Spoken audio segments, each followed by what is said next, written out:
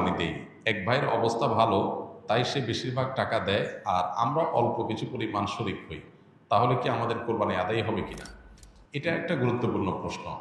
কোরবানি দেওয়ার ক্ষেত্রে বিশেষ করে যখন ভাই ব্রাদাররা মিলে কোরবানি দেন তখন এরকম পরিস্থিতি তৈরি হয়। একটা গরুর দাম ধরুন 70,000 টাকা, তো এক ভাই তার উপার্জন অনেক কম, সেজন্য সে 5,000 টাকা দিচ্ছে, আর বাকি টাকা যেটা আছে সেটা হয়তো বাকি ভাইরা দিচ্ছে। কোরবানি হবে কিনা? উত্তর হলো কারোর কোরবানি হবে না। কোরবানিতে যে কোনো একটা পূর্ণ অংশ নিতে হবে, 7 ভাগের একটা পরিপূর্ণ অংশ, 7 ভাগের 1 ভাগ, 7 ভাগের 2 ভাগ, 3 ভাগ, 4 ভাগ, সর্বনিম্ন 1 ভাগ নিতে হবে। ভগ্নাংশ নেওয়া যাবে না, অর্থাৎ 1 ভাগেরও অর্ধেক নেওয়া যাবে না। 2 ভাগ মিলে 1 ভাগ নিয়েছে হবে না, তখন সেটা গোস্ত খাওয়া হবে। পশু জবাই হয়ে গেছে সেই পদ্ধতিতে গোস্ত খাওয়া হবে, কিন্তু কোরবানি হবে না। কোরবানি বিশুদ্ধ হইতে হলে প্রত্যেককে পূর্ণাঙ্গ একটা ভাগ নিতে হবে। হ্যাঁ, এখন এমন হতে পারে যে এক ভাইকে আল্লাহ আর্থিক সচ্ছলতা দিয়েছেন, বাকিদেরকে দেন নাই, তো কি হবে? তখন সচ্ছল যিনি, তিনি তার পক্ষ থেকে কোরবানি দিয়ে বাকি সবাইকে সবার পক্ষ থেকে দিবেন, যে ঠিক আছে তোমার পক্ষ থেকে একটা শেয়ার, তুমি টাকা দিলা না, আমি তোমারটা দিয়ে দিলাম, এটা হতে পারে। অথবা আরেকটা হতে পারে যে ঠিক আছে তুমি অল্প টাকা কামাই করছো, মাত্র 5,000 টাকা আছে, তুমি টাকা না দিলে তোমার কাছে ভালো লাগতেছে না, তুমি টাকা দিলে তোমার কাছে খুশি হবে, তো সেক্ষেত্রে 5,000 টাকা তুমি আমাকে দিয়ে দাও, এটা কোরবানির শেয়ার না। আমি কোরবানিতে এটা লাগাবো সেটা ভিন্ন বিষয়, বাট তুমি শেয়ার হিসাবে দিলে না, এটা হতে পারে। প্রবাসীরা অনেকে একটা কাজ করে, বিশেষ করে মিডল ইস্টে যারা থাকে, অনেক প্রবাসীরা কোরবানিদের দিন নিজেরা একটা ছাগল জবাই করে। তো রুমে 5 জন থাকে, এখন 5 জন মিলে একটা ছাগল জবাই করলে ওই ছাগলের টাকা তারা ভাগ করে। এই যে এক ছাগলে কয়জন শরীক দিতে পারবে, কয়জন কোরবানি দিতে পারবে? একজন। ভগ্নাংশ দেওয়া যাবে না। তাহলে একজন কোরবানি দিলে রুমের যে কোনো একজন কোরবানি দিবে, তো বাকি 4 জন তারা কি বসে বসে খাবে? গোস্ত তো সবাই খাবে, তো এই জন্য তারা 5 জন মিলে ভাগ করে টাকা দেয়। এখানে কারোরই আসলে কোরবানি হবে না, জবাই করা হবে, পশুর গোস্ত খাওয়া হালাল হবে, কিন্তু কোরবানি হবে না। যদি কোরবানি হতে হয় তাহলে এমন করা যেতে পারে, 5 জন মিলে টাকা দিল একজনকে, দিয়ে বললো ভাই আপনি মুরব্বী মানুষ, বড় মানুষ, বা আপনি যে কোনো কারণে আমাদের থেকে ভিন্নতর, তো এই টাকাটা আমরা সবাই তুলে আপনাকে দিলাম, কোরবানিটা আপনার তরফ থেকে আপনি দেন, সবটা একজন হইলো, গোস্তটা সবাই খাইল। বা এই বছর আপনার তরফ থেকে হইলো, পরের বছর আমরা আবার সবাই টাকা পয়সা দিলাম, ভাই আরেকজন হলো, টাকা আপনাকে দিয়ে দিলাম আপনার তরফ থেকেও, কোরবানিটা একজনের হবে। ঠিক একইভাবে গরুতে ভগ্নাংশ, এটার ভাগ এভাবে আপনার শরীক পাওয়া যাবে না, পূর্ণাঙ্গ একটা অংশের শরীক হতে হবে, তারপরে কোরবানি বিশুদ্ধ হবে। মানুষ জাতিকে কি আল্লাহ নিজ হাতে তৈরি করেছেন? যদি করেও থাকেন তাহলে একজন মানুষকে তৈরি করতে কত সময় লেগেছে? কেননা একজন বক্তা দাবি করেছে ওনার তরিকার আরেক বক্তাকে তৈরি করতে নাকি আল্লাহ 30 বছর সময় লেগেছে। নাউযুবিল্লাহ।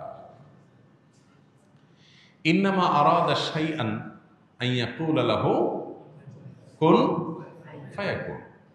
আল্লাহ রাব্বুল আলামিন বলেছেন, আল্লাহ যখন কোনো জিনিস সৃষ্টি করতে চান তখন আল্লাহ বলেন হও, হয়ে যায়। আল্লাহ শুধু কুন বলেন, কুন মানে হও, হয়ে যায়। গোটা সৃষ্টি জগৎ তৈরি করা আল্লাহর জন্য মানে এক কুন বলার সময়ের ব্যাপার, তাই না? আল্লাহ যা চান সেটাই হয়ে যায়। এরপর আল্লাহ তাআলা এই নবমণ্ডল এবং ভূমণ্ডল, এই মহা সৃষ্টি আল্লাহ তাআলা সৃষ্টি করেছেন 6 দিনে। যেটা আল্লাহ তাআলা কোন বললে হয়ে যায়, এটা 6 দিনে কেন করেছেন, এটা নিয়ে অনেক আলাপ আছে। আল্লাহ তাআলা আগে একটা সৃষ্টি করেছেন, পরে একটা সৃষ্টি করেছেন, এখানে মানুষকে কাজের ধারাবাহিকতা, প্রত্যেকটা কাজ করার ক্ষেত্রে একটা সিস্টেমিক্যাল ওয়ে অবলম্বন করা, একটা ধারাবাহিকতা মেনটেন করা, কোনটা আগে কোনটা পরে, সে শৃঙ্খলা রক্ষা করে কাজ করা, এটার শিক্ষা দেওয়ার জন্য আল্লাহ তাআলা এই সময় নিয়েছেন। কিন্তু আল্লাহ তাআলার সময়ের প্রয়োজন নাই। যেখানে কোরআনে আল্লাহ তাআলা বলেছেন যে এই মহাসৃষ্টি নবমণ্ডল ভূমণ্ডল সৃষ্টি করেছেন আল্লাহ তাআলা 6 দিনে, সেখানে এক বক্তা সৃষ্টি করছে আল্লাহ 30 বছর লাগছে। আল্লাহর শানে এ ধরনের কথা বলা ঈমান যাওয়ার মতো বেয়াদবি, ভয়ঙ্কর কথা। যে আল্লাহর 30 বছর লাগছে, মানে উনি এত বড় হয়ে গেছে, ওনারা বানাইতে আল্লাহর 30 বছর লাগছে, নাউযুবিল্লাহ। আপনি কোনো আলেমের মর্যাদা বর্ণনা করবেন, তার যোগ্যতা থাকলে সেটা বলবেন, 100 বার বলেন, কিন্তু বলতে গিয়ে যদি আল্লাহর শানে বেয়াদবি করে ফেলেন, আল্লাহর জন্য তারা বানানো কঠিন হয়ে গেছে, সে এত বড়, তাহলে মানে আল্লাহর জন্য কঠিন করে ফেলছে বিষয়। মানে কোনো কোনো ক্ষেত্রে এক্ষেত্রে আল্লাহ মানে আল্লাহর সাথে তাকে আপনি, আল্লাহ শক্তির সাথে তার সৃষ্টিকে আপনি কম্পেয়ার করলেন, মানে তার মাহাত্ম্য তুলতে গিয়ে আল্লাহর সাথে বেয়াদবি করলেন, কুফরি। কুফরি কথা, এ ধরনের কথা। আল্লাহ তাআলা আমাদেরকে হেদায়েত দান করুন। নবীকে সৃষ্টি করতে আল্লাহ তাআলা তো এরকম আলাদা করে এত বছর লাগছে কোনো হাদিসে আমরা যাই না সাল্লাল্লাহু আলাইহি ওয়াসাল্লাম। সেখানে কোনো বক্তাকে সৃষ্টি করতে লাগবে কেন? আর আলাদা আলাদা করে আল্লাহ তো একজন একজন করে সৃষ্টি করেন নাই। আল্লাহ সৃষ্টি করেছেন আদম এবং হাওয়া, তাদের থেকে বাকি সব মানুষ সৃষ্টি করেছেন। আর সকল সৃষ্টি যত মানুষ কিয়ামত পর্যন্ত আসবে তাদের সবাইকে আল্লাহ তাআলা একসাথে আদম আলাইহিস সালামের পিঠে আল্লাহ তাআলা দিয়েছেন, হাদিসে রয়েছে। এগুলো সবগুলো আল্লাহর জন্য একটা কুন বলার ব্যাপার।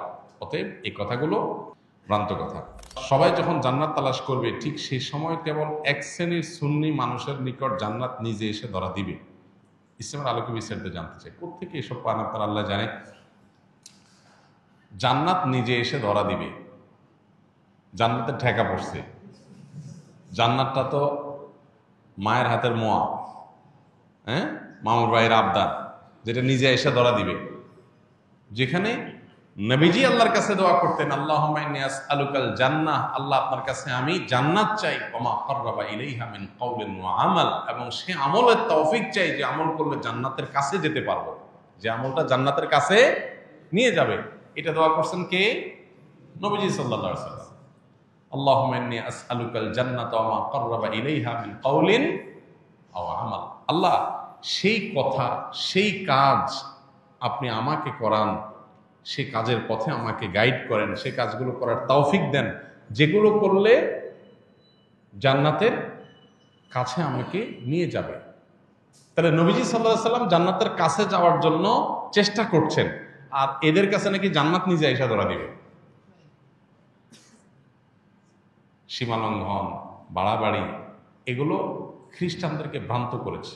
নবীজি সাল্লাল্লাহু আলাইহি সাল্লাম বলেছেন, লা তুতরুনি কামা আতরাতিন নাসারা ইবনে মারইয়াম, খ্রিস্টানরা যেরকম ঈসা আলাইহিস সালাম সম্পর্কে বাড়াবাড়ি করতে করতে গোমরা হয়ে গেছে, তোমরা আমাকে নিয়ে এরকম বাড়াবাড়ি করবা না। নবীজি তার শানে এটা বলেছেন। তাহলে আমরা নিজেদের ব্যাপারে, নিজেদের আলেমদের ব্যাপারে যদি এরকম বাড়াবাড়ি করি, তার পরিণতি কিরকম হবে? নবীজি সাল্লাল্লাহু আলাইহি সাল্লাম তাকে নিয়েও বাড়াবাড়ি করতে নিষেধ করছেন, তার মর্যাদা বলতে গিয়ে সীমা ছাড়াইতে নিষেধ করছেন। সেখানে এখন নিজেদের ব্যাপারে মর্যাদা বলতে গিয়ে এই পর্যায়ে চলে যায়, তাহলে কোথায় যাব? অনেক ভাইরা আছেন বিবেক খরচ করেন না এই জিনিসগুলো। যে ধরনের কথা, অনেক গর্হিত কথা, হ্যাঁ, বিশেষ করে ধারণা করে কোনো মন্তব্য করা। তাহসাবুনাহু হাইয়িনা ওয়া হুয়া ইনদাল্লাহি আযীম। আল্লাহ বলেছেন তোমরা এগুলোকে খুব হালকা কথা মনে করো, আল্লাহর কাছে এগুলো অনেক বড়। বিশেষ করে কারো সম্পর্কে কোনো মন্তব্য ধারণা করে করা। তো যাই হোক, এ ধরনের বিষয় অবশ্যই গর্হিত কথা। এর কোনো কথা নেই যে কিয়ামতের দিন জান্নাত কারোর কাছে আসবে না, জান্নাতে ঠেকা পড়ে না এরকম। সবাই জান্নাতে যাওয়ার জন্য পাগল করা থাকবে, লালায়িত থাকবে, ব্যাকুল থাকবে, অস্থির থাকবে, পেরেশান থাকবে। নবী রাসূলগণ আল্লাহ রাব্বুল আলামিনের কাছে কিয়ামতের দিন অনেকেই সন্ত্রস্ত থাকবেন, পেরেশান থাকবেন। বিভিন্ন হাদিস দ্বারা সেটা বোঝা যায়। তাদের হালত যখন এরকম হবে, সেখানে আপনার বিশেষ কোনো এই যুগের কোনো মানুষ